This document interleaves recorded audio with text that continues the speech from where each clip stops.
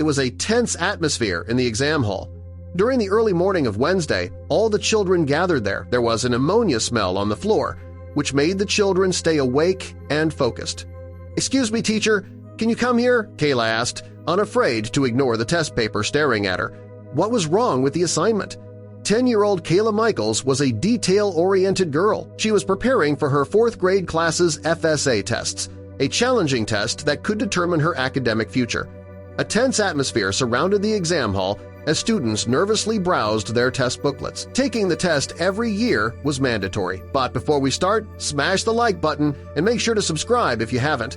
And hit that notification bell so that you won't miss any news stories. The family lived in Ferndale, Florida, where Kayla was raised by her parents. In addition to her strong will, she was known for her sharp intellect. She was a 4th grade student at the local elementary school.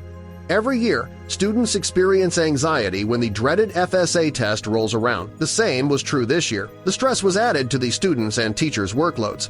Kayla immediately realized there was a glaring error in the instructions as she read them.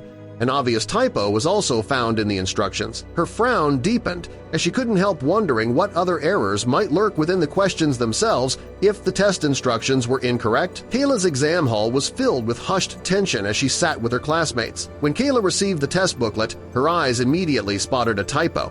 It was unbelievable to her. There was an error on this English test. On such an important test, how could they make such a mistake? A sense of responsibility arose in Kayla's heart as she raised her hand. The quiet hall made her nervous as she cleared her throat. "Excuse me, ma'am," she said to the teacher, her voice wavering with nervousness. "But there's a mistake in the instructions. It says carefully instead of carefully." Seeing the instructions, the teacher frowned. "Oh dear, that is indeed a mistake," she acknowledged. A copy of the first page was scanned and placed on the table by Mrs. Watkins. "However, the test has been thoroughly reviewed, and we assure you that there are no errors in the questions. Please proceed with the exam as planned." Kayla stared at her in confusion. Kayla said, "I understand, Mrs. Watkins, but I think there's something wrong here." This caused Mrs. Watkins' eyes to widen in shock. Kayla wasn't easily persuaded. Standing her ground, her heart pounded. "If there's a mistake in the instructions, it makes me doubt the accuracy of the questions, too. How are we supposed to be graded fairly when there are already errors in the test?" Other children started to notice the typo and started siding with Kayla as a murmur of agreement swept through the room. A huff of exasperation escaped Kayla's lips. Suddenly, whispers and anxious glances dominated the once orderly exam hall. There was a growing sense of reason in the other children's responses to her question. Within minutes, murmurs spread across the room like wildfire as the rest of the children listened intently. "She's right," one child said. "What were the marks of the person who set the test?" another child said. It became apparent to the students that the test was not valid. How could they perform at their best if the instructions themselves contained errors? The teacher tried to restore order, but the students were now restless and adamant. "We demand a fair test!" someone shouted, and soon it was like a dam had burst. More voices joined the chorus, and the uprising Kayla inadvertently started gaining momentum. Would Mrs. Watkins be able to control the children in her exam hall? Panicked, the school administrators were called in to handle the situation. They warned the children that if they didn't comply with the rules, they could face severe consequences. But the students felt a newfound strength and unity and refused to back down. The school shouldn't be making errors if they expect the children to learn properly. Things were getting out of control as students started making paper airplanes out of their exam papers. The exam hall was in chaos, and the teachers couldn't control them. In a last-ditch attempt to control the chaos, the principal approached Kayla. "You need to stop this right now," he said sternly, his eyes glinting with frustration. "Your actions have consequences, and you'll have to face them." A sense of injustice filled the room, and Kayla's words ignited a spark within her peers. They agreed with her wholeheartedly. The little girl didn't realize the greater issue she had uncovered. The exam hall was now a sea of unrest as the students rallied behind Kayla's cause. Would the children get to write their exams in peace? With tears welling up in her eyes, Kayla considered the choices before her. She could surrender and accept defeat, or she could continue to fight for what she believed was right.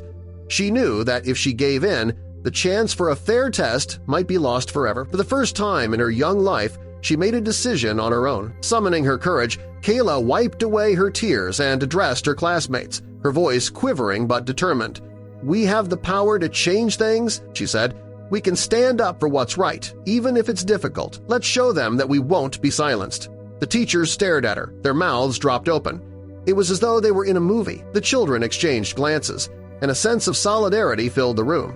"We won't write!" they started chanting in unison. They knew that their actions might lead to consequences, but the prospect of fighting for a fair chance at the exam was worth the risk. Their education was their future. Although Kayla had managed to win the support of her peers, the teachers were not impressed. She had stopped the exam from starting. However, the teacher was less than pleased with this uprising. She sternly warned the students to stop causing a disturbance and threatened serious consequences if they didn't comply with the test rules. But the spirit of rebellion had taken root, and the students weren't backing down. As the clock ticked, the children's resolve remained unyielding. They continued playing in the exam hall. Some of their parents were called, and some were already on the way. The school administrators realized they had no choice but to cancel the exam. The uproar had become too significant to ignore, and it sent shockwaves throughout the entire school district. News of the exam cancellation spread like wildfire, reaching the local media and sparking debates about the importance of fairness in education. All media outlets wanted to cover the story. There was a TV news van parked outside the school. A few reporters were taking statements from enraged parents. It was the news highlight at 7 p.m. Kayla, determined to stand up for what she believed was right, refused to back down. She argued passionately, her small voice resonating with courage and conviction. Her friends were behind her, standing on the desk, but her bravery came at a cost. The teacher asked her to leave the exam hall, fearing she might incite further dissent. What would Kayla do? Kayla had no choice but to leave. Outside the hall, Kayla felt a mix of emotions.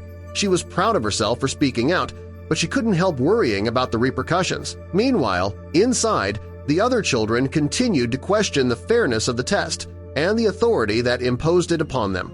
What would the teachers decide? News of the incident reached Kayla's parents, Michelle and Lee, who were both proud and worried about their daughter's actions. As they rushed to fetch their child, they discussed their plan. However, their concern for Kayla's future overshadowed everything else, and they decided to take the matter to court.